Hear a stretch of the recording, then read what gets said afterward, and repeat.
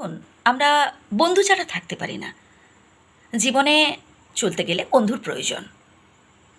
এবার ব্যাপারটা হচ্ছে বন্ধু তো অনেক আছে, কিন্তু আপনাকে ভাবতে হবে যে কে বা কারা আসলেই ভালো বন্ধু। আমরা যখন বিপদে পড়ি কি কোনো কঠিন সমস্যায় পড়ি, দেখবেন অনেক সময় এমনও হয় যে সবাই মুখ ফিরিয়ে নিচ্ছে, আত্মীয় স্বজন, পাড়া পড়ছে, আশেপাশের মানুষজন কেউ আমাকে সাপোর্ট করছে না। আর সেই সময় কোনো না কোনো মানুষ হয়তো আপনার কাছে এলো, আপনার সেই মুহূর্তে মনে হলো যে না, এই মানুষটা মনে হয় ভালো। সবাই মুখ ফিরিয়ে নিল আর এই মানুষটাই আমাকে বোঝার চেষ্টা করছে, কি আমাকে 20 টাকা কি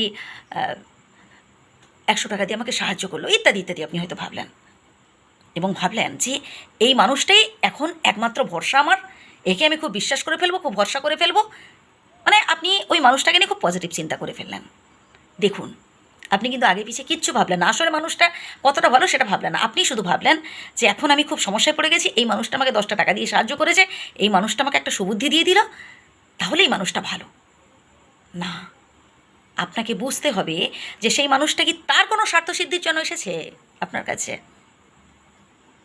হয়তো এই মানুষটার সাথে আপনি খুব ঘনিষ্ঠ বন্ধুত্ব স্থাপন করলেন, খুব ক্লোজ হয়ে গেলেন, পরবর্তীকালে দেখা গেল এই মানুষটা নিজে তো সমস্যায় পড়বে, আপনাকে নিয়ে সমস্যায় পড়বে, আপনাকে নিয়েই জালে জড়াবে। অতএব বি কেয়ারফুল, যাকে তাকে কখনো বন্ধু বানাবেন না। বন্ধু যদি না থাকে, না থাকুক, নিজের সৎকর্ম, নিজে সৎ পথে থাকার চেষ্টা করুন, ব্যাস। তাদের জীবনে কষ্ট আসবে, দুঃখ আসবে, সমস্যা আসবে। দেখুন, মানুষ মানেই, জীবন মানেই তো সমস্যা, দুঃখ, কষ্ট থাকবেই, ঠিক আছে? এবার সেই সমস্যাগুলো কী করে সমাধান করা যায় নিজেকে ভাবতে হবে, চিন্তা করতে হবে। আর যদি সবাই এগিয়ে আসে তো ভালো, যদি কেউ নাও আসে, ঈশ্বরের ওপর বিশ্বাস রাখুন, নিজের ওপর বিশ্বাস রাখুন, নিজের আত্মবিশ্বাস হারাবেন না যে না, আমার কী কী কারণে ভুল ছিল, বা কি কোনো এই কাজটা করায় আমার কোনো সমস্যা ছিল কি না।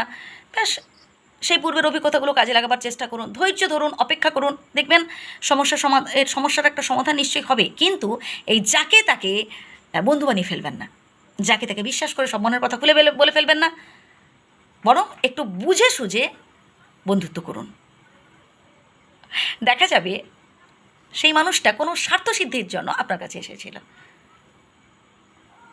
এটাই কিন্তু বেশিরভাগ ক্ষেত্রে হয়, এটাই কিন্তু বেশিরভাগ ক্ষেত্রে হয়।